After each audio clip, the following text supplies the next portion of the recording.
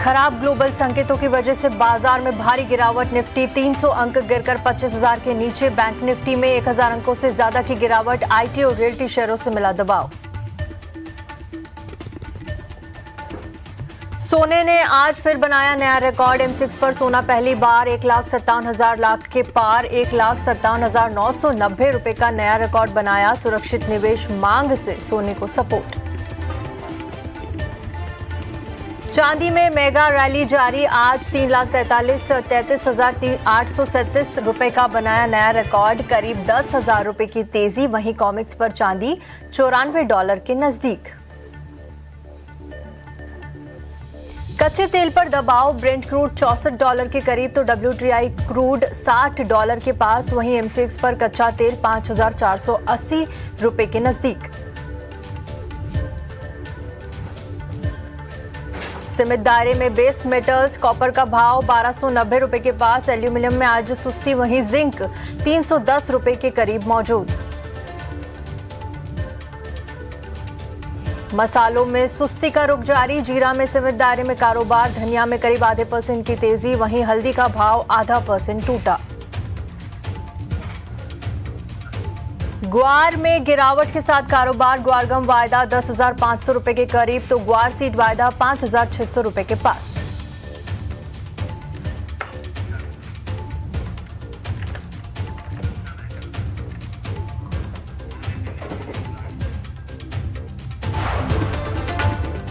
सोने और चांदी में जिस तरह की रिकॉर्ड रैली इस वक्त जारी है, नए रिकॉर्ड हम हर दिन देखते हैं कि आज सोना अगर 97 पर अगर रहा है तो देखिए एवरीडे यहाँ पर आपको नए उछाल ही देखने को मिलते हैं। अगर करेक्शन की भी बात करें तो यहाँ पर बड़े ही करेक्शन फिलहाल के देखने में आ रहे हैं। बड़ी बड़ी गिरावट और बड़े बड़े अच्छे मूव सोने और चांदी में लगातार चल रहे हैं। काफी सारी चीजें सोने और चांदी के लिए कारोबार कर रही है।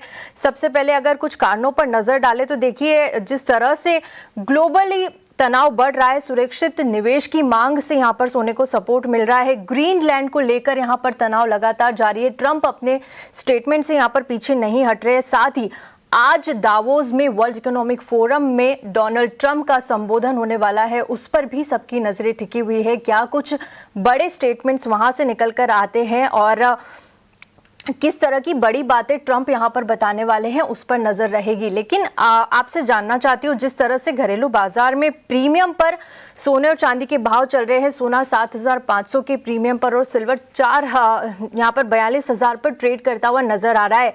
ऐसे में निवेशकों के लिए क्या रणनीति सही होगी? देखिए एक चीज और है जो मैं निवेशकों के लिहाज से पूछना चाहती हूं, क्योंकि कई सारे निवेशक ऐसे जिन्हें अब फोमो हो रहा है कि हमने पहले क्यों नहीं खरीदा, लेकिन लेवल्स लगातार बढ़ते ही जा रहे हैं, तो उन्हें लग रहा है कि क्या ये सही एंट्री पॉइंट होगा इस वक्त सोने और चांदी में निवेश का? क्या सलाह होगी नितिन जी? नमस्कार तृप्ति जी। देखिए आपने बिल्कुल सही कहा कि सोने में 7,500 का और चांदी में 42,000 का प्रीमियम बना हुआ है।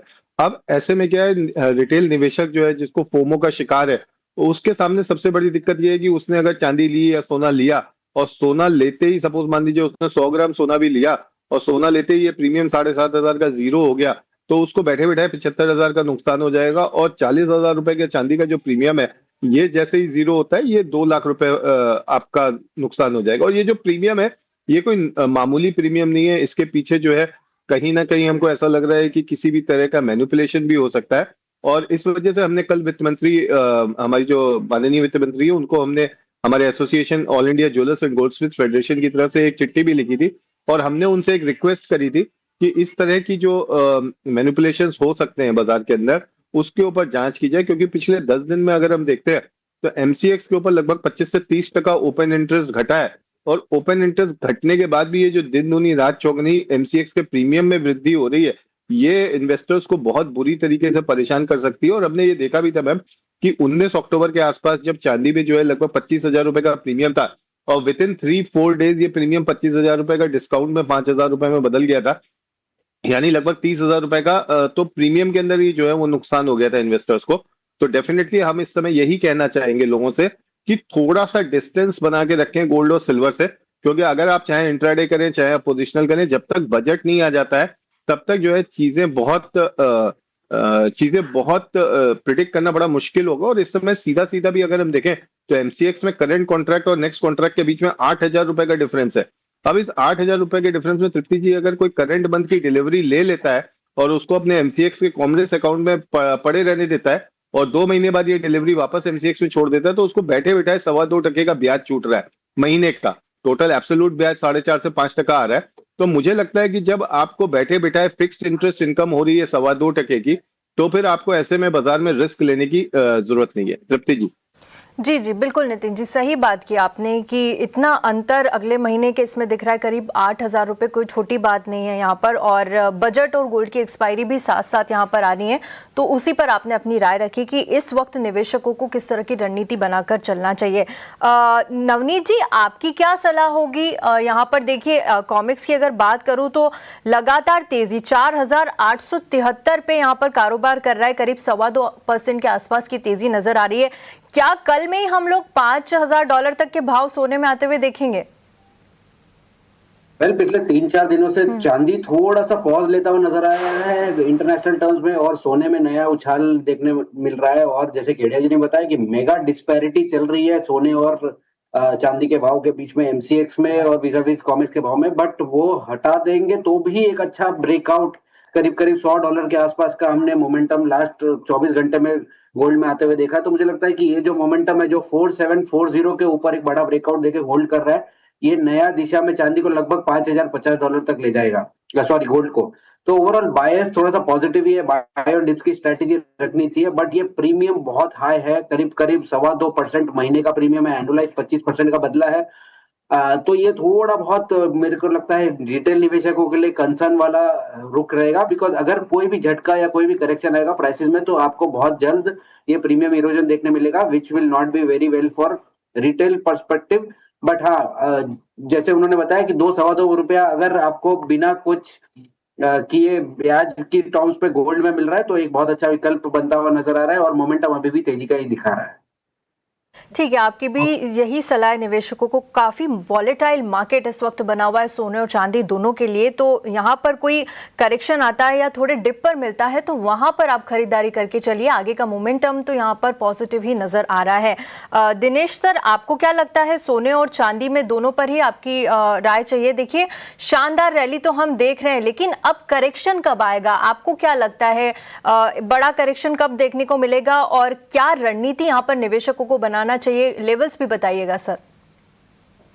जी बिल्कुल, मैं एक बात बिल्कुल साफ तौर पर कहना चाहता हूं कि इस पर्टिकुलर मार्केट से मुझे लगता है कि रिटेल ने एकदम बाहर रहना चाहिए, इसमें स्पेकुलेशन में बिल्कुल भी इन्वॉल्व नहीं होना चाहिए। दूसरी बात, सिल्वर की मंडे से लेके आज तक के करीब करीब 16% का गेन इस वीक का आ चुका है और गोल्ड का 11% का गेन आ चुका है, जबकि इंटरनेशनल मार्केट बिल्कुल भी नहीं बढ़ा है। मैंने केडिया जी को बड़े गौर से सुन रहा था, इतने हाई प्रीमियम कैसे जस्टिफाइड है, मतलब ये कैसे ट्रेड हो रहा है, क्योंकि हमारा बेस प्राइस वहां से हम डिराइव करते हैं और ये प्राइस पे आती है। अगर पॉसिबली कहीं जाके बजट में कोई इंपोर्ट ड्यूटी भी लगती है या फिर कोई ऐसी पैरिटी भी आती है जहां सिल्वर की प्राइस हाइक हो, तो फिर भी ये प्राइसेस जस्टिफाइड नहीं है। लेकिन जो कि मोमेंटम है तो हमें मोमेंटम के साथ खेलना चाहिए, पोजीशन स्ट्रिक्टली इंट्राडे के हिसाब से ट्रेड करना चाहिए। 3,32,000 ये जो लेवल है, मुझे लगता है यहां पर दोबारा सिल्वर में बाइंग आउट करा सकती है। 3,39,000 मुझे आज शाम तक ये पॉसिबली लेवल संभावित है कि आ सकती है, और 3,29,000 का इसमें स्ट्रिक्टली स्टॉप लॉस मेंटेन करना चाहिए। ओवरऑल जो बुलिश मोमेंटम है इसी को मद्देनजर रखते हुए बाय कॉल है। हालांकि इन लेवल पर फ्रेश बाइंग करना बिल्कुल घातक है और बिल्कुल दिक्कत वाली बात हो सकती है। यहाँ पर आपने चांदी में 3,32,000 के लेवल पे खरीदारी सुझाई है, 3,39 का टारगेट आप बता रहे हैं, लेकिन 3,29 का एक स्ट्रिक्ट एसएल आपको यहाँ पर लगा के चलना होगा। और वॉलेटाइल मार्केट तो काफी है चांदी के लिए भी। अजय जी, नितिन जी, आप बता दीजिए चांदी में इस वक्त क्या करना चाहिए, कौन से बड़े फंडामेंटल्स यहाँ पर काम कर रहे हैं? देखिए दुनिया भर के बॉन्ड्स में भी यहाँ पर देखा जा रहा है कि बिकवाली लगातार जारी है, और जो ट्रंप की धमकी थी 10% के टैरिफ लगाने की 8 यूरोपियन देशों पर, और अगर वो नहीं मानते तो 25% तक के टैरिफ की धमकी भी यहां पर उन्होंने दी है। तनाव काफी बढ़ रहा है चांदी को लेकर भी। क्या लगता है आपको यहां से कौन से लेवल्स आते हुए नजर आएंगे? हालांकि आज थोड़ी सी नरमी चांदी में देखने को मिल रही है। तृप्ति जी, देखिए जियोपॉलिटिकल टेंशंस जो है वो बनी रहेंगी। कल एक न्यूज आई थी जिसमें ट्रंप ने सीरिया के मुद्दे पे रशियन प्रेसिडेंट से जो है वो मध्यस्थता की रिक्वेस्ट करी थी। उन्होंने कहा था कि ये जो मीटिंग हो इसमें रशियन प्रेसिडेंट भी शामिल हो। तो यहाँ पे उन्होंने एक संदेश यूरोपियन यूनियन के जो 10 लीडर है उनको दिया था कि देखिए अभी तक तो यूक्रेन के मुद्दे पर हम आपके साथ थे, लेकिन अगर ग्रीनलैंड के मुद्दे पर आप हमारे साथ नहीं आए तो कल को हो सकता है हम रशिया के साथ नजदीकियां बढ़ा ले। और इसीलिए जो है रशियन जो यूरोपियन लीडर्स हैं वो बिल्कुल इस समय सबके मोबाइल पे अगर शायद यही कॉलर ट्यून बज रही हो, दुश्मन न करे दोस्त ने वो काम किया है। तो इसको देखते हुए मुझे लग रहा है जियोपॉलिटिकल टेंशंस जो है बनी रहेंगी। और ये वेनेजुएला के बाद ग्रीनलैंड पे आए और ग्रीनलैंड के बाद जो है ये मुझे लगता है कनाडा पे चले जाएंगे, क्योंकि जब ट्रंप जो है राष्ट्रपति बने थे तो महीने भर के अंदर उनका एक स्टेटमेंट था कि he will welcome Canada as another state of USA. तो ऐसी स्थिति में गोल्ड और सिल्वर दोनों की डिमांड बनी रहेगी। सिल्वर हम ये देख रहे हैं कि अंतरराष्ट्रीय बाजार में 95-96 का रेजिस्टेंस ले रही है, पर चूंकि एमसीएक्स में जो है यहाँ पे प्रीमियम्स बहुत ज्यादा बढ़े हुए हैं, 48,000 का प्रीमियम है। तो मुझे लगता है कि अगर आप 2,60,000 2,70,000 का पुट ऑप्शन सेल करें और वहां पे अगर मान लीजिए किसी भी वजह से ये प्रीमियम इरोड होते हैं और चांदी नीचे आती है तो वहां पे आप फिर फ्यूचर्स को बाय कर सकते हैं पुट ऑप्शन को स्क्वायर ऑफ करके। फिलहाल में यदि आपको इसके रिस्क समझ में आते हैं पुट ऑप्शंस के, तो आप पुट ऑप्शंस को सेल करके काम कर सकते हैं। ठीक है, रिस्क यहाँ पर अगर आपको समझ में आते हैं तो यहाँ पर पुट ऑप्शन को लेकर आप कामकाज कर सकते हैं। आपको लेवल्स भी बता दीजिए नितिन जी ने, उन लेवल्स का भी ध्यान रखिएगा। आपसे जानना चाहूँगी मैं दिनेश जी, आपकी क्या सलाह होगी इसको लेकर, किस तरह के लेवल्स आप एक बार फंडामेंटली भी इस पर राय रखिएगा। क्या देख रहे हैं आप चांदी में आते हुए और कब तक हम एक और करेक्शन आता हुआ देखेंगे जहां पर निवेशकों को एक बड़ा मौका मिलेगा फिर से एंट्री मारने का? फंडामेंटल्स तो पिछले 8 से 10 दिन में कोई मेजर बदलाव नहीं हुए। जो पहले के चेंजेस थे वही वो सब है कि डिमांड ज्यादा है, सप्लाई कम है और जो बैलेंस शीट है वो टाइट है। सिल्वर को लेके फंडामेंटल्स ऑलरेडी हो चुके हैं, सब फैक्टर्ड इन हो चुका है। एक पर्टिकुलर व्यक्ति पूरे विश्व की कमोडिटीज चला रहा है, ये सबसे बड़ी डेंजरस चीज चल रही है कमोडिटी सेक्टर के लिए खास करके। और ये जो खुलेआम कहना कि हम इसको एक्वायर कर लेंगे उसको एक्वायर कर लेंगे, ये जो अनिश्चितता जो बनी है यह सबसे बड़ा कारण है जो बुलियंस के प्राइसेस को निरंतर न्यू स्केल न्यू हाइट्स बनाता जा रहा है। बट फिर भी अगर लेवल्स की बात हो तो जो मोमेंटम बना है मुझे लगता है कि बड़े समय के बाद में अब ये 5,000 की और तेजी से गोल्ड अग्रसर हो रहा है।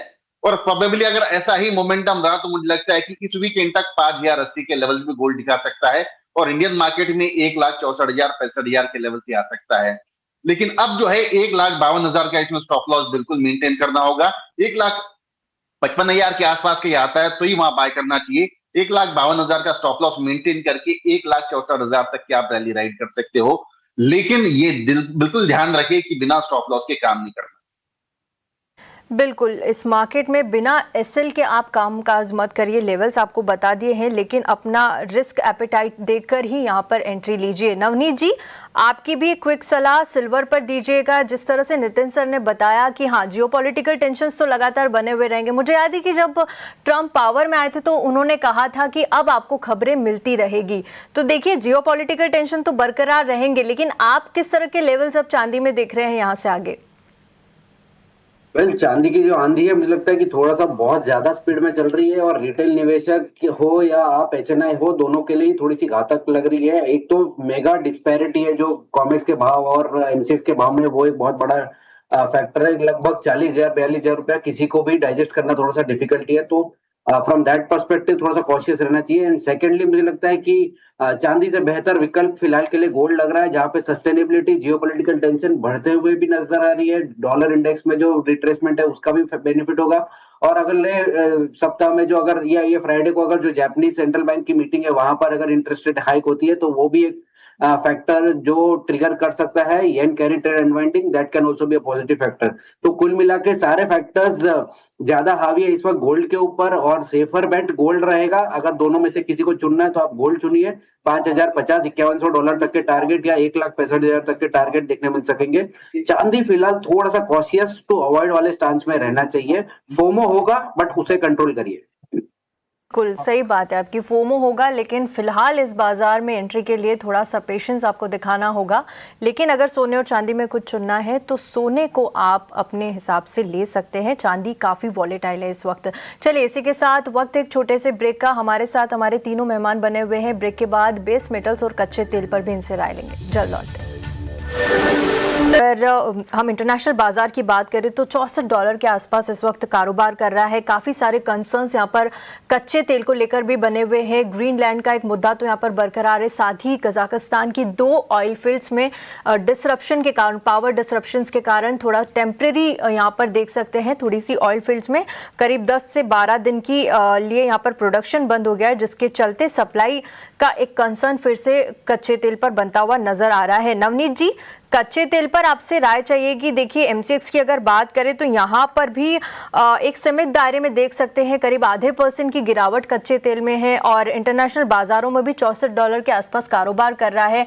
कंसर्न्स तो यहाँ पर भी लगातार बरकरार है। आप किस तरह से वॉच कर रहे हैं और क्या सलाह होगी कच्चे तेल को लेकर इस वक्त? करीब 8 महीने की सुस्ती के बाद में कच्चे तेल में थोड़ा सा एक एक्शन देखने मिल रहा है। जैसे आपने बताया, जियोपॉलिटिकल टेंशन एस्केलेट हो रहे हैं, ग्रीनलैंड वाला मुद्दा तो है ही, उसके साथ साथ ईरान वाला थोड़ा सा गर्माया था पर फिर से कूल ऑफ होता हुआ नजर आ रहा है, जो पिछले हफ्ते कच्चे तेल में थोड़ा सा एक उबाल लाया था। प्राइसेस अभी फिर से कंसोलिडेशन जोन में चले गए हैं। $60 के आसपास WTI ट्रेड कर रहा है, $64 के आसपास ब्रेंट ट्रेड कर रहा है और मुझे लग रहा है कि दोनों ही प्राइस में वापस आपको एक पॉजिटिव मोमेंटम जल्दी देखने मिल सकता है। ओवरऑल बाय ऑन रिस्क की रणनीति रखनी चाहिए कच्चे तेल में। थोड़ा बहुत निवेशक या अगर किसी को ट्रेड करना ही है कमोडिटीज में तो कच्चा तेल ही एक ऐसा विकल्प है जहां पे वोलेटिलिटी भी थोड़ी सी कर्टेल्ड है और डिस्पैरिटी भी बिल्कुल नहीं देखने मिल रही है। तो यहाँ पर एक सही प्राइस डेरिवेशन देखने मिल रहा है जहां पे आप ट्रेड कर सकते हैं। तो कच्चे तेल को अगर 5400 450 के रेंज में मिले तो बाय किया जा सकता है। 4350 आपका स्टॉप रहेगा और 5550 5600 तक के टारगेट आपको जल्दी देखने मिल पाएंगे।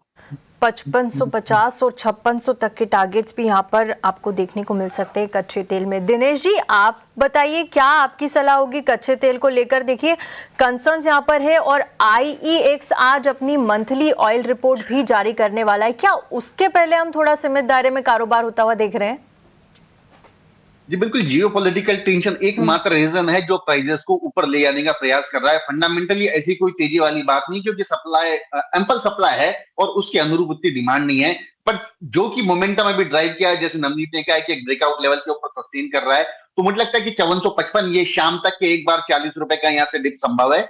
5455 के लेवल्स पर ये जरूर बाय करना चाहिए। ऊपर में मुझे लगता है कि 5540 5600 तक लेवल्स ये इंट्राडे ही दिखा सकता है और 5388 का इसमें स्टॉप लॉस मेंटेन करके इस रैली को भी राइड करना चाहिए। 5455 एक अहम लेवल है, इस पर आपको खरीदारी करना चाहिए। 5540 और अगर वो ब्रेक होता है तो 5600 तक के लेवल्स भी आपको आज शाम तक ही आते हुए मिल जाएंगे।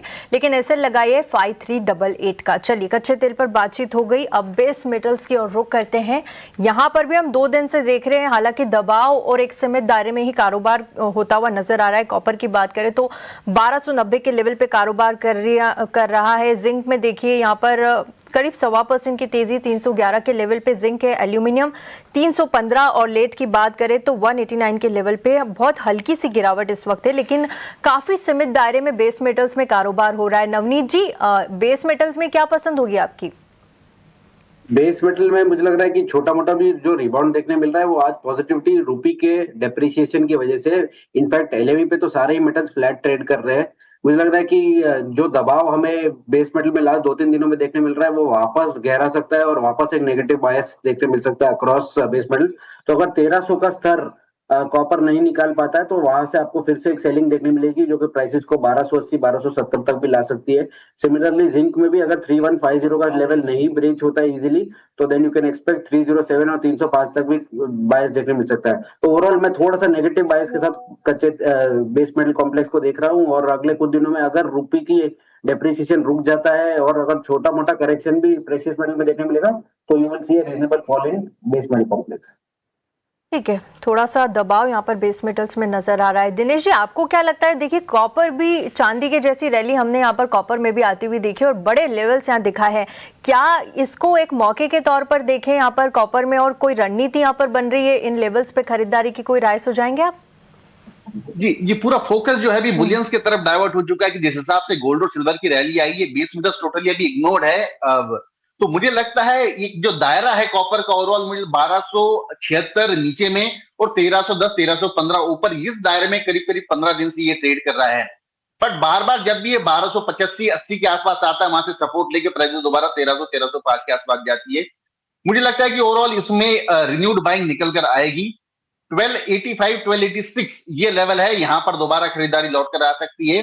1274 का स्टॉप लॉस मेंटेन करके 1305 के टारगेट के लिए आप बाय कर सकते हैं। ठीक है, यहाँ पर आपने बेस मेटल्स पर राय दे दी। नवनीत जी, एक क्विक राय आप नेचुरल गैस पे दीजिए। देखिए यहाँ पर अच्छी रैली देख रही है, एक दो दिन पहले भी हमने देखा था 12 से 14% की तेजी यहाँ पर ग्लोबल बाजारों में भी और घरेलू बाजारों में भी नजर आई थी। वेदर फोरकास्ट जो आया था वहाँ पर थोड़ी सी ठंड बढ़ने का अनुमान था यूएस और यूरोप में, जिसके चलते अच्छी रैली नेचुरल गैस ने दिखाई। आज भी 4% की तेजी और 300 रुपए के ऊपर कारोबार करता हुआ। क्या रणनीति बनाना चाहिए नेचुरल गैस में? वेल, थोड़ी नहीं बहुत ज्यादा ठंड आ गई है यूरोपियन नेशन में, और रशिया में तो कुछ अजब गजब सी आइस फॉल हमने देखी है, तो जिसकी वजह से मुझे लग रहा है नेचुरल गैस की जो डिमांड है वो बहुत हद तक बढ़ती हुई नजर आई है। और अगले 2 हफ्ते के जो फोरकास्ट है वो भी यही इंडिकेट करे कि डिमांड बहुत स्ट्रांग रहेगी। इस साल अगर आप देखें तो पूरा 2 महीना जो है, जो विंटर सीजन है वो फेल हुआ था। नवंबर और दिसंबर में हमें कुछ खास नेचुरल गैस का हीटिंग डिमांड भी देखने नहीं मिला, बिकॉज ठंडी थोड़ी सी छूट गई। बट अब जो है वो कैचअप करती हुई नजर आ रही है, तो ये प्राइसेस में भी अच्छा उछाल देखने मिल रहा है। बायस पॉजिटिव साइड पे भी है, और डोमेस्टिक जो करंट कॉन्ट्रैक्ट है वो लगभग 400 रुपए या 410 रुपए तक भी उछाल दिखा सकता है। तो नेचुरल गैस के अंदर पॉजिटिविटी मेंटेन करिए। ऑलरेडी कम से कम हम 25% से ऊपर का रनअप इस हफ्ते में ऑलरेडी देख चुके हैं, तो थोड़ा बहुत कॉशियस स्टांस रहेगा। बाय एंड रिस्क की स्ट्रेटेजी रहेगी, प्राइस को चेज मत करिए। अगर कोई करेक्शन आता है तो वापस आपको एक रिबाउंड खेलने मिलेगा 395 और 410 420 के लेवल्स के लिए बाय कर सकते हैं। ठीक है, आपने राय दी। दिनेश जी, आप भी एक क्विक राय दे दीजिए नेचुरल गैस पर। आपको कौन से लेवल्स आते हुए दिख रहे हैं अभी इस वक्त? जी बिल्कुल, काफी ज्यादा फास्ट मोमेंटम है। 3 दिन में 80 रुपए बढ़ चुका है। अभी अगर हम मंडे की बात करते हैं तो करीब करीब 310 के आसपास के लेवल्स थे। मुझे लगता है कि ये जो मोमेंटम आया है, ये मोमेंटम थोड़े समय और बरकरार रह सकता है, लेकिन थोड़ा सा डिप का इंतजार करें। इवनिंग सेशन में 363 365 के दायरे एक बार अगर आते हैं तो वहां निश्चित तौर से बाय करें। 392 420 की अपसाइड मुझे नजर आता है। 342 का स्टिकी स्टॉप लॉस मेंटेन करें। ठीक है, लेवल्स लगातार फ्लैश हो रहे हैं यहाँ पर, बुलिश नजरिया नेचुरल गैस पर, और बाय करके चलिए। इन लेवल्स का ध्यान जरूर से रखिएगा। चलिए, इसी के साथ मुनाफे की मंडी में इतना ही। आप दोनों ही मेहमानों का बहुत बहुत शुक्रिया हमारे साथ जुड़ने के लिए और पूरे कमोडिटी मार्केट पर चर्चा करने के लिए। शुक्रिया।